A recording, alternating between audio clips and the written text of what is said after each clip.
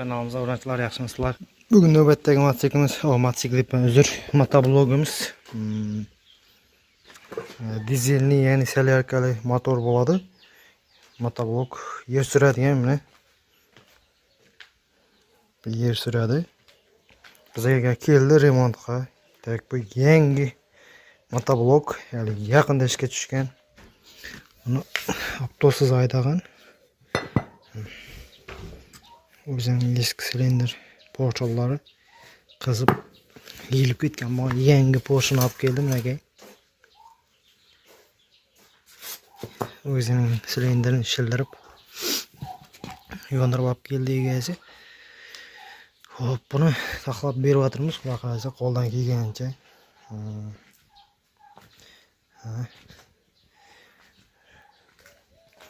Buning asosiy sabablari vozdug'ini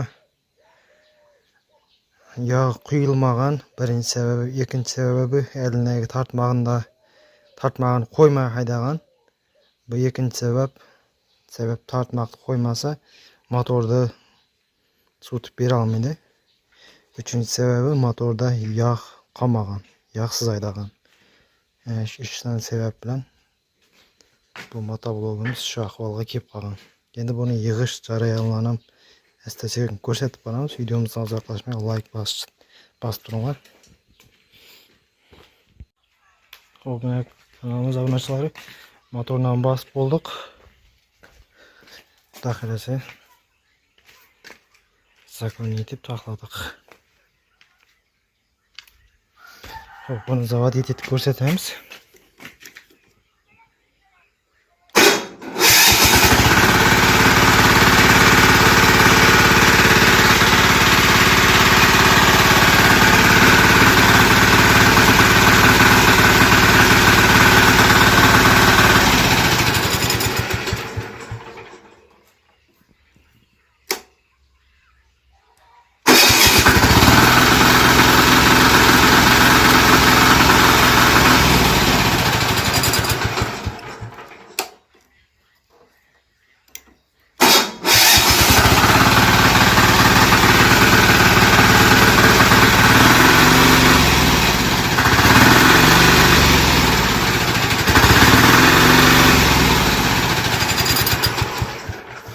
Hurmatli obunachilar, kimda shunday motoblog, benzinli, shunday dizel selyarkali bo'lsa taxlab beramiz.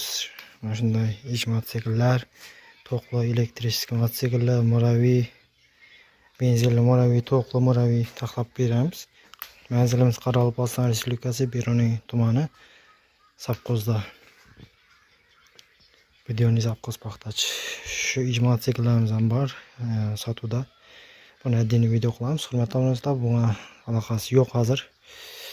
Kanalimizga podpisatsiya bosib qo'yinglar, podpisatsiya bosmaganlar obuna bo'lib qo'yinglar. Hurmatli obunachilar, kimga qiziq bo'lsa kanalimizdan uzoqlashmang, bunday qiziqli videolarni qo'yib boramiz. Sog' bo'ling, salomat bo'ling.